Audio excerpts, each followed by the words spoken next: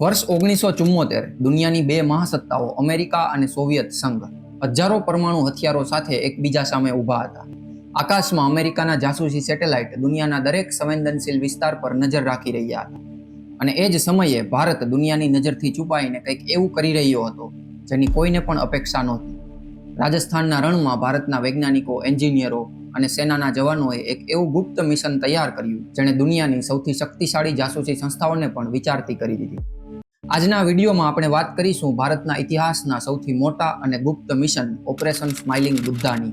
એક એવું મિશન જેણે દુનિયાના નકશા પર ભારતનું સ્થાન હંમેશા માટે બદલી નાખ્યું. આ માત્ર એક પરીક્ષણની વાત નથી. આ વાત છે ભારતના આત્મવિશ્વાસ, તેની વૈજ્ઞાનિક શક્તિ અને એક નવા યુગના આરંભની. આ વાત છે ભારતના પ્રથમ પરમાણુ પરીક્ષણની, જેની અસર આજે પણ ભારતની સુરક્ષા નીતિઓમાં જોવા મળે છે. આ ઘટનાની શરૂઆત થાય છે બીજા વિશ્વયુદ્ધના અંતિમ દિવસોથી.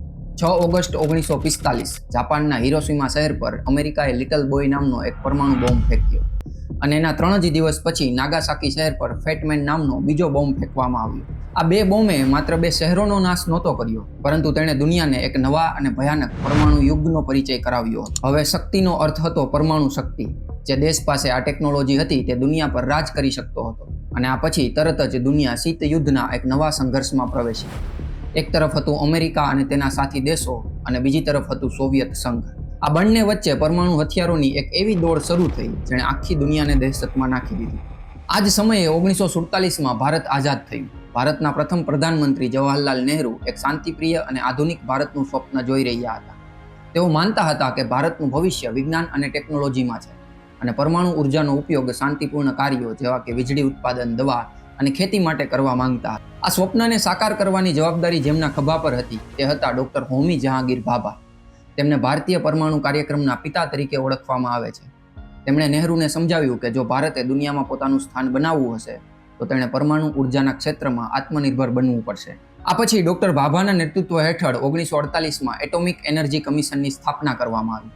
તેનો મુખ્ય ઉદ્દેશ્ય શાંતિપૂર્ણ હતો, પરંતુ તેઓ એ પણ સમજતા હતા કે પરમાણુ ટેકનોલોજી એક બેધારી તલવાર છે.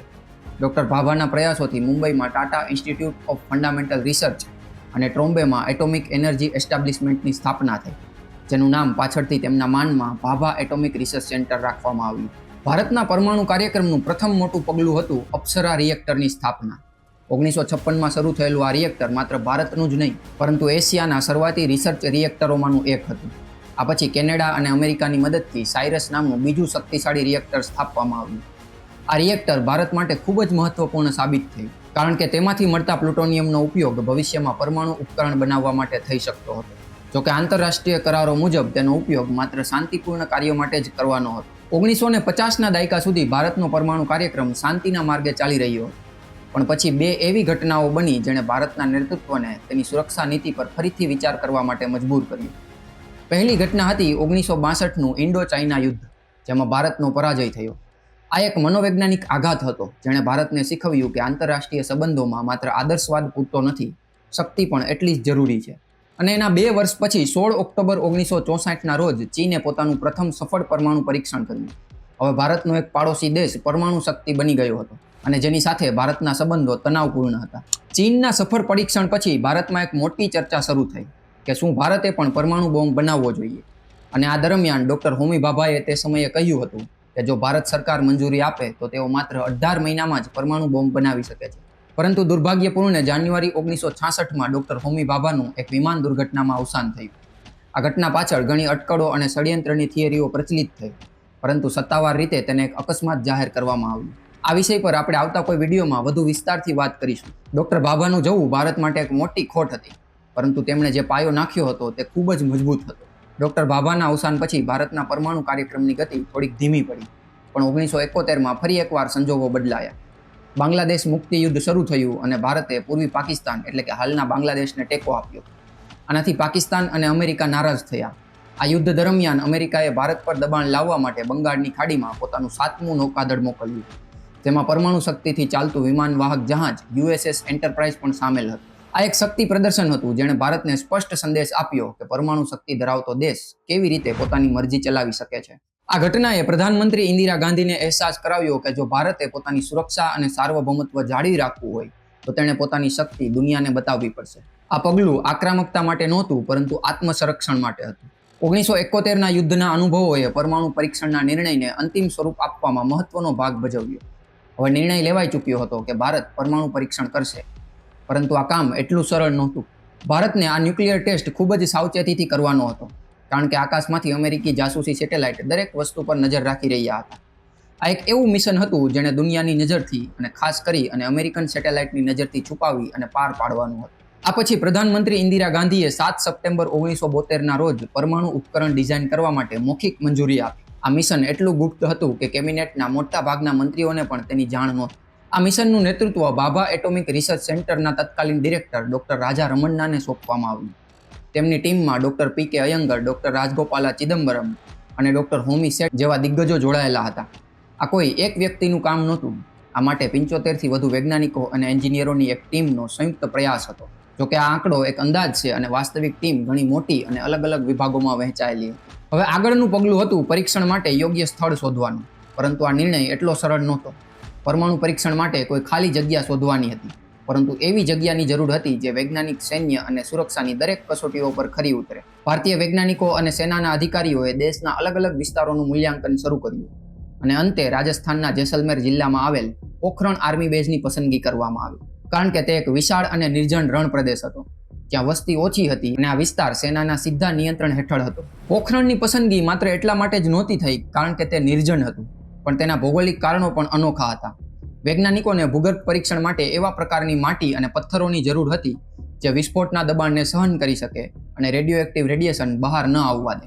પોખરણના રણની નીચે રહેલા સખત ચૂનાના પથ્થરો આ પરીક્ષણ માટે એકદમ યોગ્ય સાબિત થયા. વૈજ્ઞાનિકોએ એ વાતની ચોકસાઈ રાખી હતી કે વિસ્ફોટ એટલી ઊંડાઈ પર થાય જેથી જમીનની ઉપર કોઈ પણ રેડિયેશન લીક ન થાય.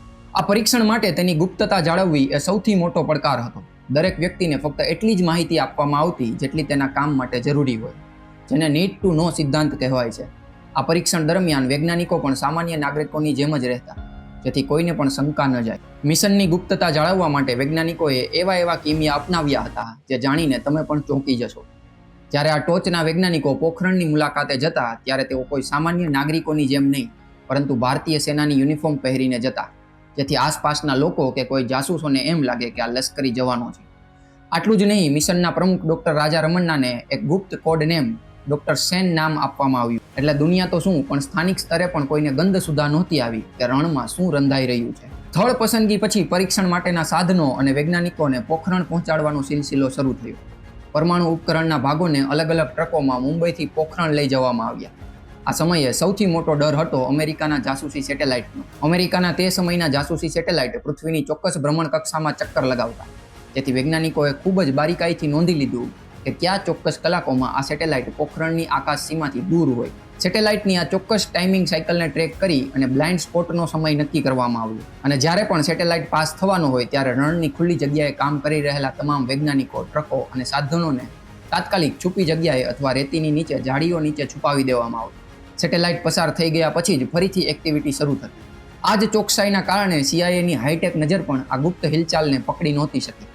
આખરે અઠવાડિયાઓ સુધી ચાલેલી આ અત્યંત ગુપ્ત કામગીરી પછી પરીક્ષણ માટેના જરૂરી તમામ સાધનો અને પરમાણુ ઉપકરણના વિવિધ ભાગો કોઈ પણ મોટી શંકા ઊભી કર્યા વગર સફળતાપૂર્વક પોખરણ પહોંચી ગયા. હવે મિશનનો સૌથી નિર્ણાયક તબક્કો શરૂ થવાનો હતો. અત્યાર સુધીનો પડકાર દુનિયાની નજરથી બચવાનો હતો, પરંતુ હવે પડકાર હતો પોખરણની ધરતી નીચે એક એવી જગ્યા તૈયાર કરવાનો જ્યાં થનારો વિસ્ફોટ માત્ર સફળ જ ન બને, પરંતુ તેની અસર સુરક્ષિત રીતે જમીનની અંદર જ સમાઈ જાય. આ માટે પોખરણમાં જમીનની નીચે અંદાજે 107 મીટર ઊંડો અને અંગ્રેજી અક્ષર L આકારનો એક કૂવો ખોદવામાં આવ્યો. અહીં જે ઉપકરણનું પરીક્ષણ થવાનું હતું તે એક પ્લુટોનિયમ ઇમ્પ્લોઝન પ્રકારનું ઉપકરણ હતું. તેનું વજન લગભગ 1400 કિલોગ્રામ અને વ્યાસ લગભગ 1.25 મીટર હતો. પરંતુ આ તૈયારી 1 કે 2 દિવસમાં પૂરી નહોતી થઈ.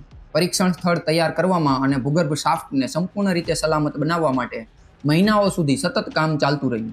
રાજસ્થાનના ઉનાળામાં જ્યાં દિવસ દરમિયાન તાપમાન ઘણી વખત 45 ડિગ્રીથી પણ ઉપર પહોંચી જતું, જ્યાં રણની ધૂળ, ગરમી અને કઠોર જમીન વચ્ચે કામ કરવું પોતે જ એક પડકાર હતો.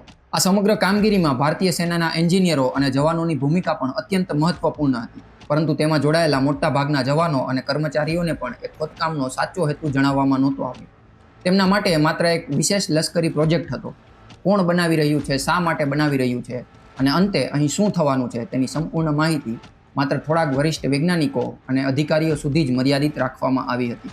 આ શાફ્ટ તૈયાર થયા પછી તેની અંદર માત્ર પરીક્ષણ ઉપકરણ જ ગોઠવવામાં નહોતું આવ્યું, પરંતુ અનેક પ્રકારના માપન સાધનો, સેન્સરો અને કેબલ્સ પણ ગોઠવવામાં આવ્યા હતા, જેથી વિસ્ફોટ પછી મળતી દરેક વૈજ્ઞાનિક માહિતીનું ચોક્કસ વિશ્લેષણ કરી શકાય.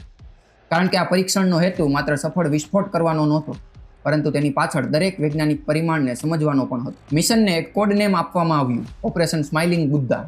એવું માનવામાં આવે છે કે આ નામ એટલા માટે પસંદ કરવામાં આવ્યું કારણ કે પરીક્ષણ માટે 18 મે 1974નો દિવસ નક્કી કરવામાં આવ્યો હતો અને તે દિવસે બુદ્ધ પૂર્ણિમા હતી. પરીક્ષણની બધી તૈયારીઓ પૂર્ણ થયા પછી હવે માત્ર એ ઐતિહાસિક ક્ષણની રાહ જોવાઈ રહી હતી. 18 મે 1974ની સવાર. પોખરણનું રણ એકદમ શાંત હતું, પણ આ તોફાન પહેલાની શાંતિ હતી. કંટ્રોલ બંકરમાં ભારતના ટોચના વૈજ્ઞાનિકો અને સેનાના અધિકારીઓ હાજર હતા. વાતાવરણમાં તણાવ અને ઉત્સાહ બંને હતા.